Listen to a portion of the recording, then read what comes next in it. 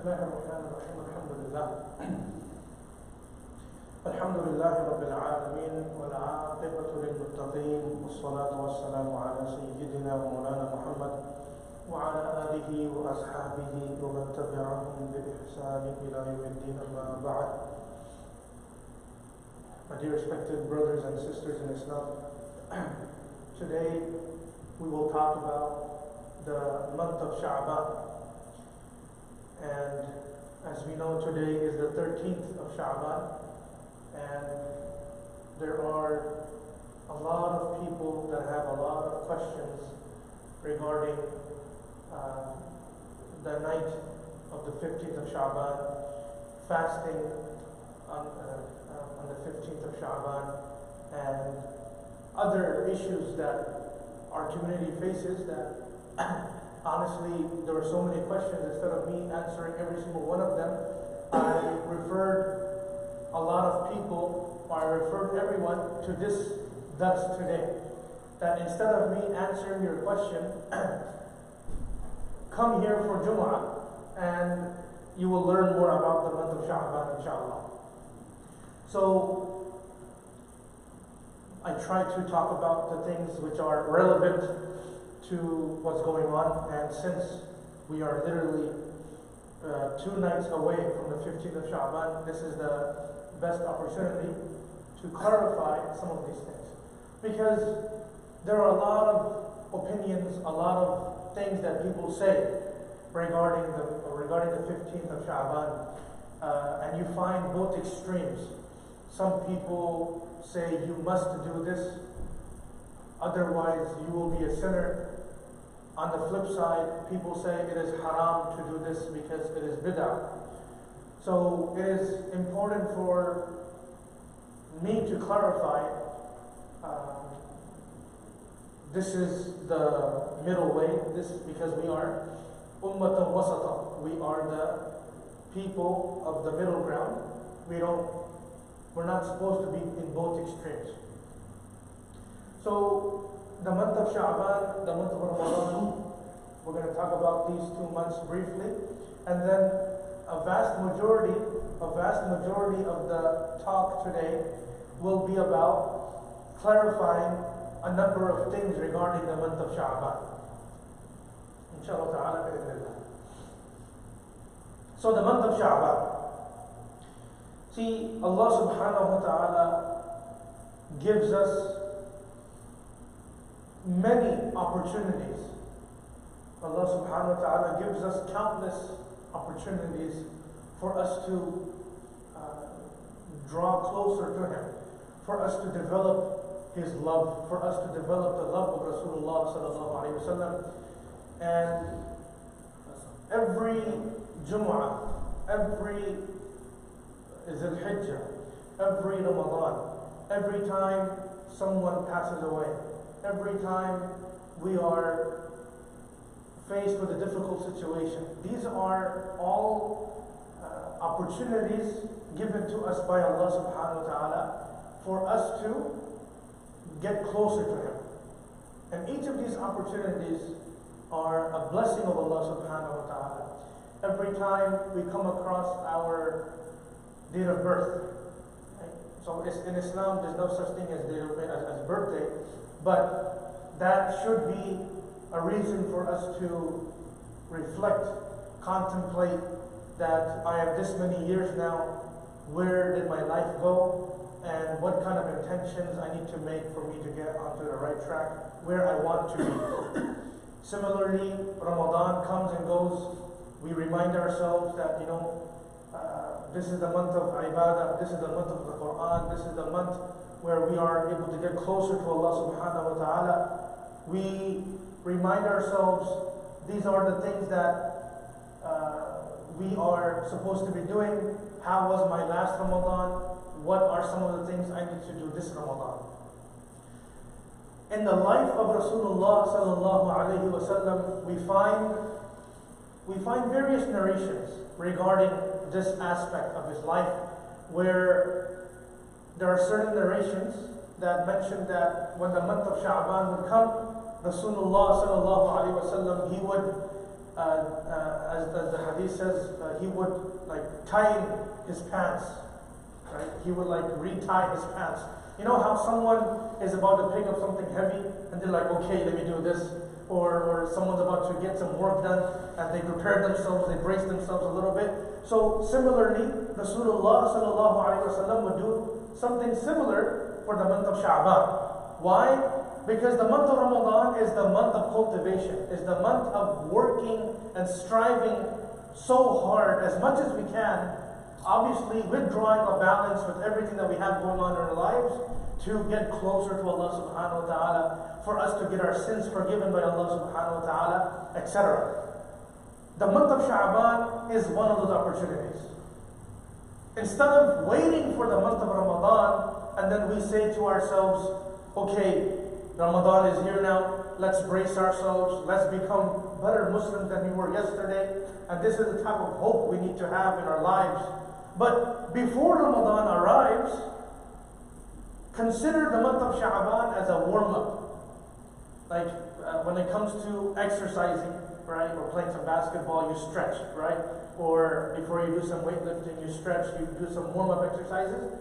Otherwise, you're literally going to hurt yourself, okay? Just as everything else, depending on how, like the higher the level, or like the bigger the task is, the more preparation it requires. So the month of Shaban, as we find in the life of Rasulullah sallallahu alaihi wasallam, there is a hadith that I will also quote of Aisha radiallahu ta'ala anha that is mentioned in Bukhari and Muslim, that Rasulullah sallallahu alaihi wasallam would fast so much in the month of Shaban that he would not fast the same as he did in the month of Shaban throughout the year.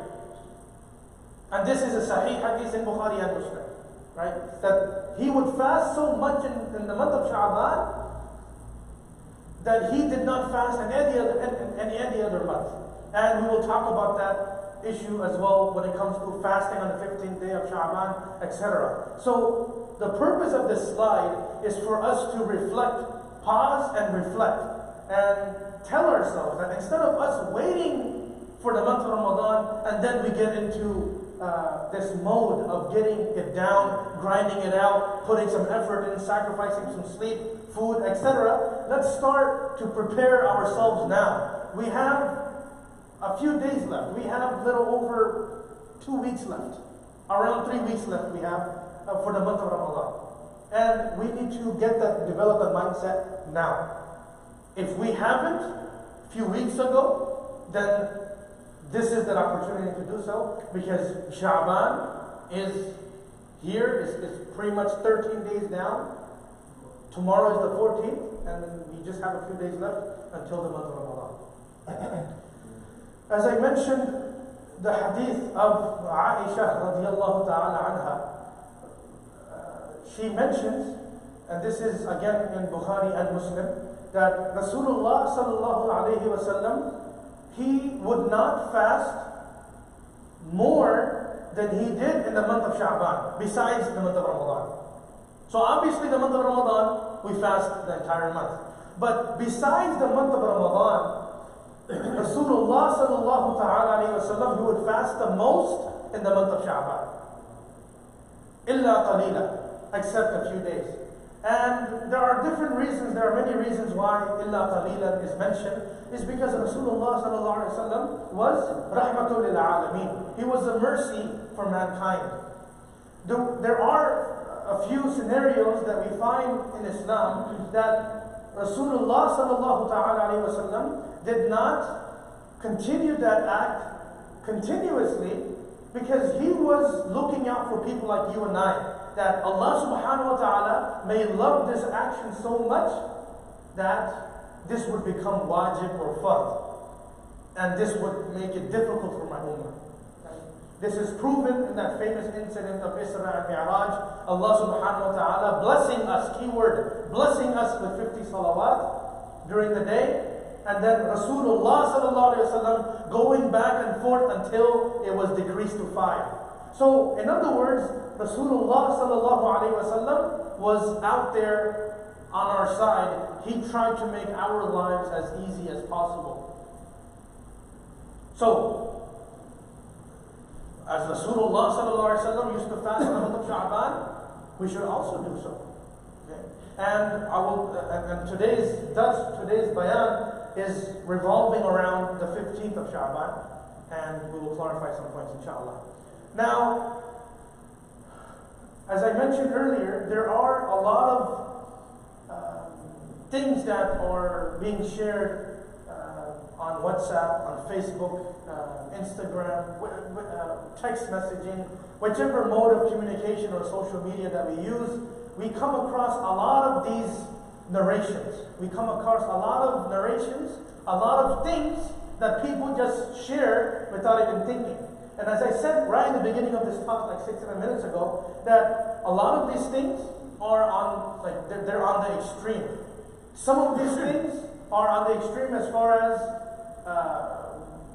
believing that, okay, these things happen for sure. In other words, it's wajib to fast on the 15th day of Shaban, or as if it's wajib to do certain things on the 15th day of Shaban. And then you also have the other extreme, that people clearly say that it is bid'ah, it is innovation to carry out any kind of act of worship, etc. in this, on this 15th day of Shaban. So today's talk, the purpose of today's talk is to clarify a lot of these things.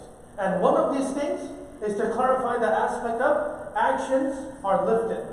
See, there's this famous narration, or this famous thing that's going around in the Muslim world today, that people believe that this is the month of Shaban, like the 15th night of Shaban, is the night when our good deeds, or our deeds in general, are presented to Allah subhanahu wa ta'ala. So there's that one narration, okay? And this is, I'm referring to, actions are presented annually in the month of Shaban. This is one narration. Then you have narrations that we find in the books of hadith that talk about actions being presented to Allah subhanahu wa ta'ala on Mondays and Thursdays. And these ahadiths exist. Okay, so we can't negate or say, okay, they don't exist. They exist. Then you also have narrations that talk about our actions being presented to Allah subhanahu wa ta'ala every morning and every evening. So you have three types of narrations. And in order for me to explain the complete picture as clearly as possible, I need to bring in the other two narrations as well.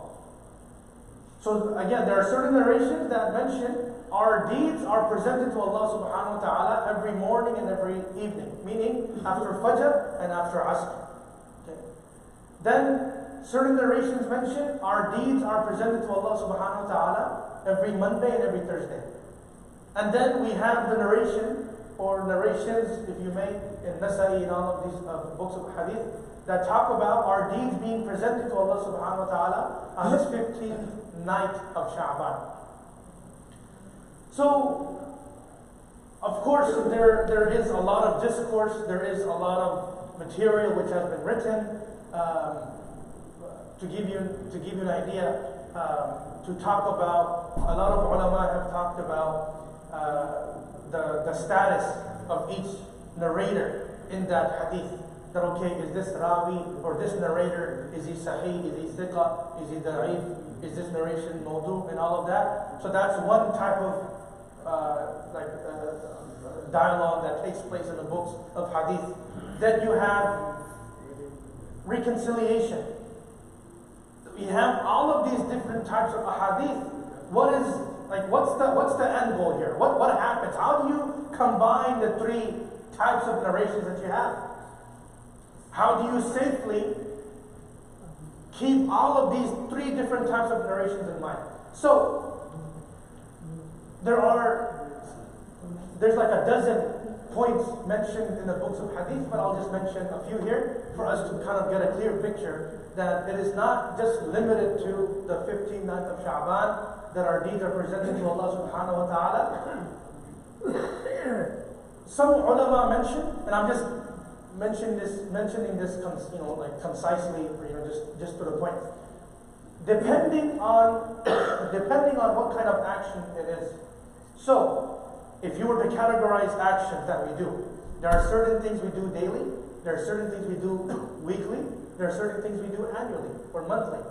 So based on each of these categories, for example, salah, we do every single day. We're supposed to, like we have, all of us have these obligations that we have every single day. So based on that, those deeds are presented every morning and evening. Then you have certain things that we are supposed to do on a weekly basis. For example, Jummah. For example, fasting on Mondays and Thursdays. Things that are done on a weekly basis. Those things are presented on Mondays and Thursdays. Like, in other words, you have the type of action it is, the category it belongs to, it is presented to Allah subhanahu wa ta'ala according to its relevant category. Then you have the month of Shaban, which is arguably also something which is being done annually, and also deeds are presented which we're supposed to do on a monthly basis. So for example, how did we spend the month of Ramadan? How did we do our Hajj last year? How did we fast in Muharram for the month of Ashura? Right? What did we do on the 12th of Rabi' al-Awwal? Did we do any bid'ah, or did we stay away from bid'ah, etc.? So one simple explanation to combine these three kinds of narrations is each time frame when deeds are presented, they are presented with keeping the types of deeds that a person does. Then you have another explanation, I'll continue after this inshallah, is that some ulama mention is that depending on how, like what kind of a person we are, in other words, are we, and this may be sensitive to a lot of us, but I'm just mentioning this, that what is our status in Allah? Does Allah subhanahu wa ta'ala love us? Or are we living a life which is not according to what Allah subhanahu wa ta'ala wants us to do? So based on that, you know how, for example, a father mentions his son's or daughter's name more often than others because that child or that son or daughter serves the parent the most, for example. Or in a similar situation, when someone is beloved, that person's tazkirah, that person's mention is made much more. So in that aspect, from that perspective, someone who is close to Allah subhanahu wa ta'ala, someone who is living a life of piety, they are mentioned day and night. They're also, their good deeds are presented Mondays and Thursdays, and also on the 15th of Shaban. Contrary to this, people that unfortunately have not made istighfar or made tawbah, repented, then their deeds are not presented to Allah subhanahu wa ta'ala as much, because they, quite frankly, are not the beloveds of Allah subhanahu wa ta'ala. So these are just two examples of how we're combining these three kinds of narrations. Decree of life and death. It is also famous regarding the 15th night of Shaban that this is when it is decreed that when this person will pass away, when this person, basically when this person's life will end. Right? So if it's destined for you to die in this upcoming year, this is when it's going to be recorded, etc. So this kind of narration, these narrations are also floating around in the community. So to briefly go over 3 points to clarify that aspect, Taqdeer has been decided 50,000 years before the creation of the universe. Okay? So Taqdeer has been written down 50,000 years before the creation of the universe. However, an annual concise summary on the 15th of Shaban. So you have two types of reports, right? In the financial world, you have like a detailed report, and then you also have a concise report. So, in other words, a concise summary is prepared on the 15th of Shaban, and then a more comprehensive one is prepared during the night of power, Laylatul Qadr. Because just as the previous point that was mentioned, that you have different days and times when deeds are being presented, similarly, with this aspect as well, you have Muslims that believe that, okay, this is, you have narrations that talk about Laylatul Qadr is when, it's called Laylatul Qadr because of the night of power, the Qadr of Allah subhanahu wa ta'ala is given to the angels, etc. So this is one explanation of this, is that the concise summary of destiny is handed over to the angels on the 15th night of Shaban, and a more comprehensive, detailed summary of our destiny is handed over to the angels on the night of power, Laylatul Qadr. Another explanation is that on the 15th of Shaban, these affairs are decided, and on Laylatul Qadr, the records are given to the angels. So, the first one we've covered. The second one is, it is decided, on the 15th of Shaban, these affairs are decided, and on Laylatul Qadr, these tasks are then assigned to different angels on Laylatul Qadr. Because see, we have to keep all types of narrations in mind.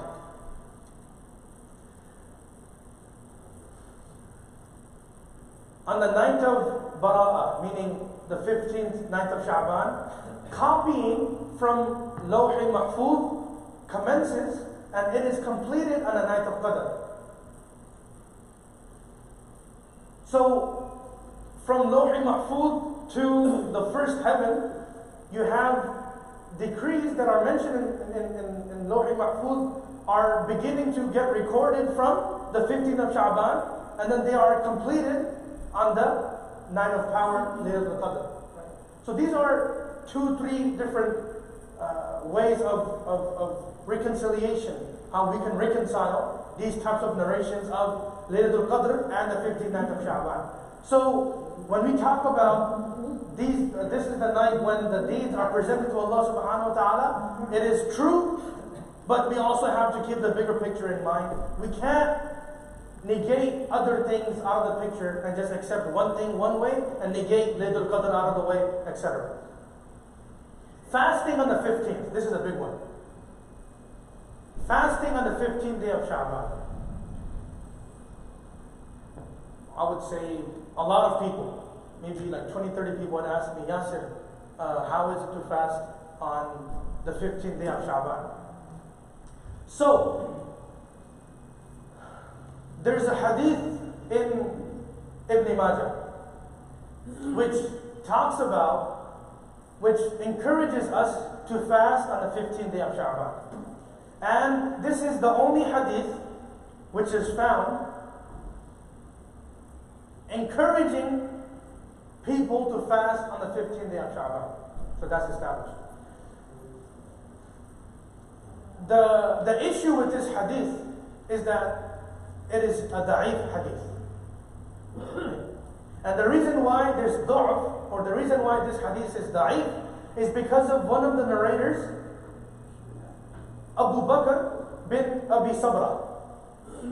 Abu Bakr bin Abi Sabra, one of these people in the chain of narrations, he is understood to be da'if. Because of that, this hadith is da'if. So, that hadith in Ibn Majah that talks about having to fast on the 15th day of Shaban, it is a da'if hadith. Therefore, it cannot be called sunnah. Therefore, it cannot be called sunnah. Now, okay, it's not sunnah, so what do we do, Yasir? It cannot be given the status of sunnah, but what is understood, this is like a summary of what many ulama have mentioned, including Ibn Taymiyyah, rahimahullah ta'ala, is that it is mustahab to fast on the 15th day of Shaban. What this means is that if we don't fast, we're not sinful. If you fast, there is reward, but it is not sunnah. Again, 3 things. It is allowed to fast because it is understood to be mustahab. It is not sunnah. If you don't fast, obviously you will not be sinful. So this is the status of the fasting of the 15th day of Shaban. Because unfortunately you have a lot of people that believe it's like wajib, or it's really important that I have to do this. And then some people say it's it's like mawdu', or this is something which is like a bid'ah, which is not allowed in Islam. So I just summarized it very concisely that it is mustahab, it cannot be called a sunnah, and this is like a lot of ulama in the books of hadith have talked about this hadith in detail of Ibn Majah. The 15th night of Shaban. A lot of people ask Yasir, how is it to pray or do extra ibadah or worship on the 15th night of Shaban? You have three categories of people, and I'm sharing this because we all deserve to know. You have one category of ulama kiram that mention that worshipping or carrying out any kind of act of worship on the 15th night of Shaban is absolutely baseless.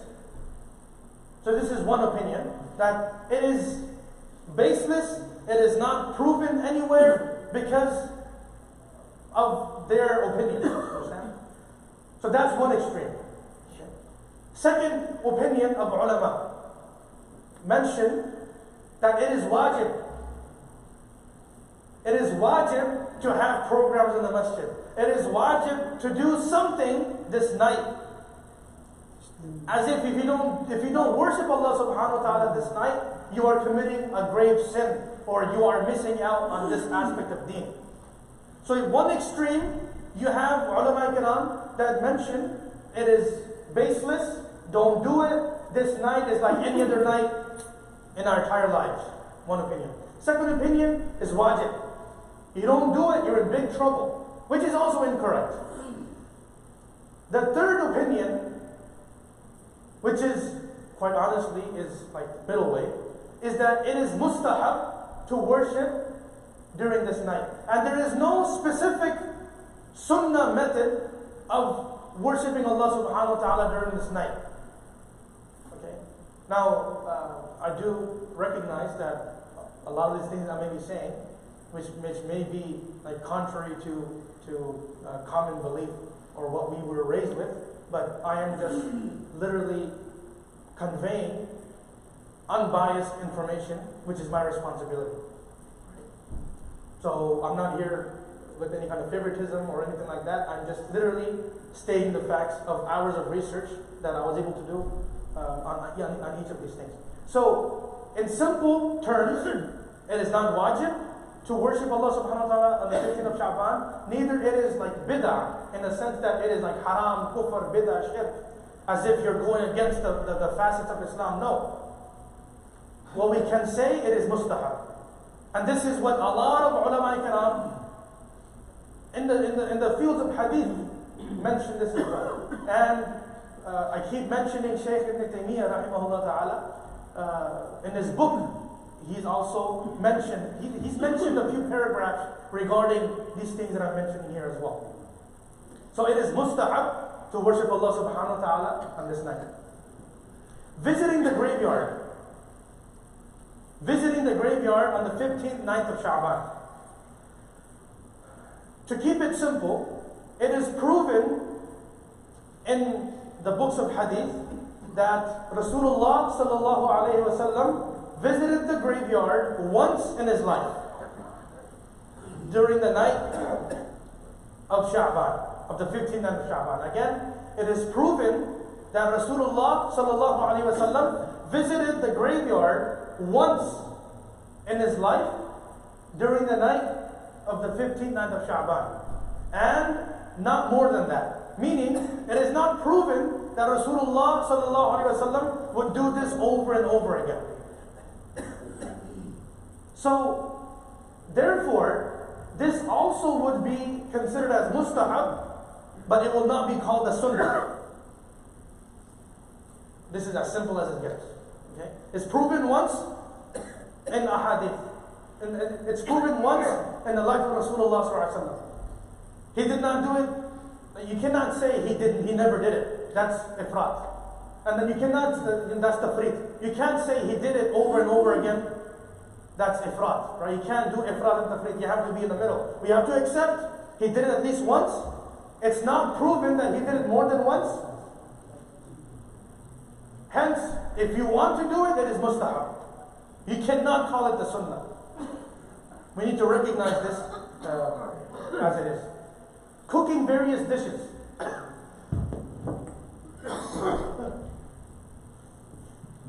Believe it or not, some people have this culture of cooking some weird dish during the 15th night of Shaban, or giving some weird kind of drink on the 15th night of Shaban. It's baseless. Okay? Baseless, I literally mean it has nothing to do with Islam. I remember when I was in Pakistan for like 5-6 years, when I was much younger, getting old now, is that I remember during the days of Muharram, people used to give out some weird type of drink, like sharbat, gurni sharbat, right? For some weird reason, as if this is tied with Muharram. No, baseless, right? To cook any specific dish on the 15th night of Shaban or the 15th day of Shaban is quite literally baseless. I'm telling you the way it is baseless. Beautifying the masjid. In some cultures, this is also believed that, okay, 15th night of Shaban, you have to hang Christmas lights, right? And you have to beautify the masjid. Again, this is also baseless. It has nothing to do with Islam. Yes, of course, that does not mean that we stop vacuuming the masjid, or we neglect the masjid. No, we maintain the sanctity of the masjid. But that does not mean that, okay, you go overboard and you go the extra mile and beautify the masjid. This is not based on the sunnah. It is literally baseless to do so. Now, the question arises, why Rasulullah sallallahu alaihi wasallam used to fast so much during this month of Shaban? As I mentioned in the hadith in the beginning, narrated by Aisha radiallahu ta'ala anha, and this hadith is mentioned in Bukhari and Muslim, which basically mentions that Rasulullah sallallahu alaihi wasallam would fast the highest number of fasts in the month of Shaban, beside the month of Ramadan. In other words, after Ramadan, he would fast the most in the month of Shaban. And the question arises, why? By fasting in this month, Rasulullah sallallahu alaihi wasallam was practically demonstrating to us that Ramadan is coming, get ready. Number one. Number two, there are a lot of narrations that mention that the beloved wives, Ummahat al-Mu'mineen radiallahu ta'ala anhunna, they would fast during these days to make up for the previous Ramadan. So Rasulullah sallallahu alaihi wasallam would fast these days to show support to his wives. SubhanAllah. So this is the reason why Rasulullah sallallahu alaihi wasallam would fast so much in the month of Shaban. There are a lot of narrations that mention that this is the night where people get forgiven, etc.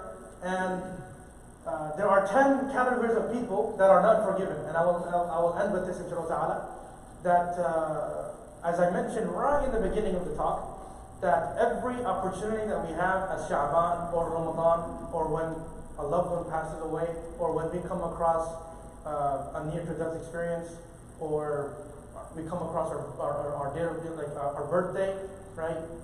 These are all opportunities by Allah subhanahu wa ta'ala for us to check ourselves.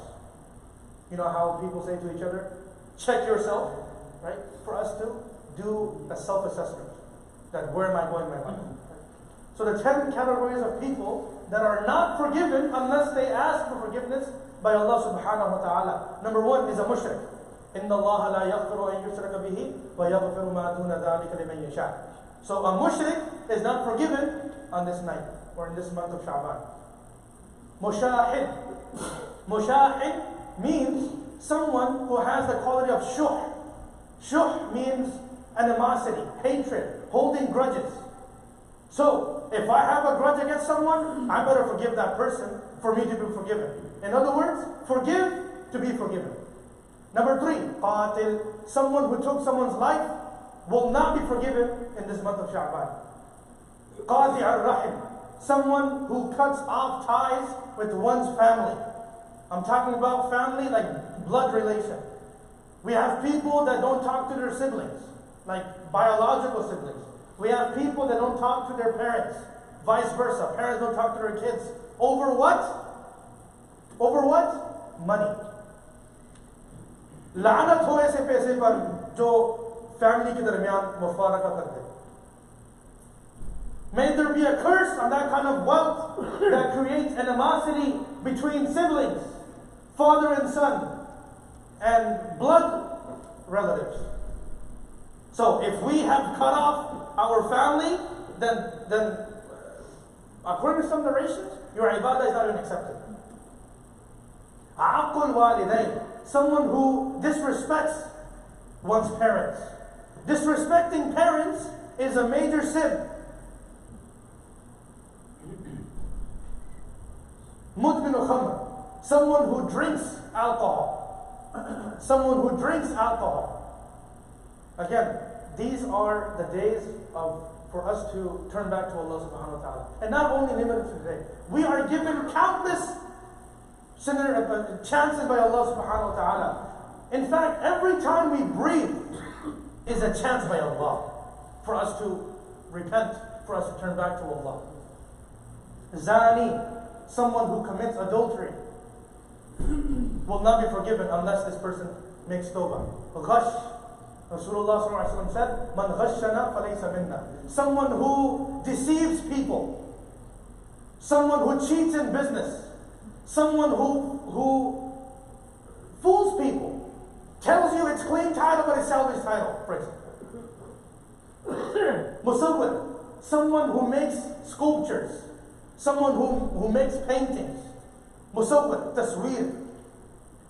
And musbil izar, someone who drags their pants below their ankles. And this is obviously mukhtalaf fi, but personally, rather be safe than sorry. May Allah subhanahu wa ta'ala allow us all to educate ourselves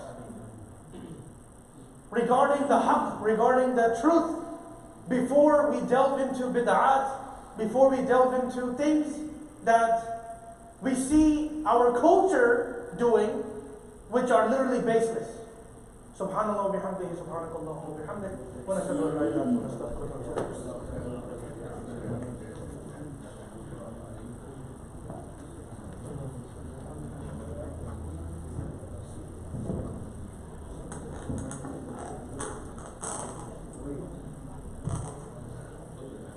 الله أكبر الله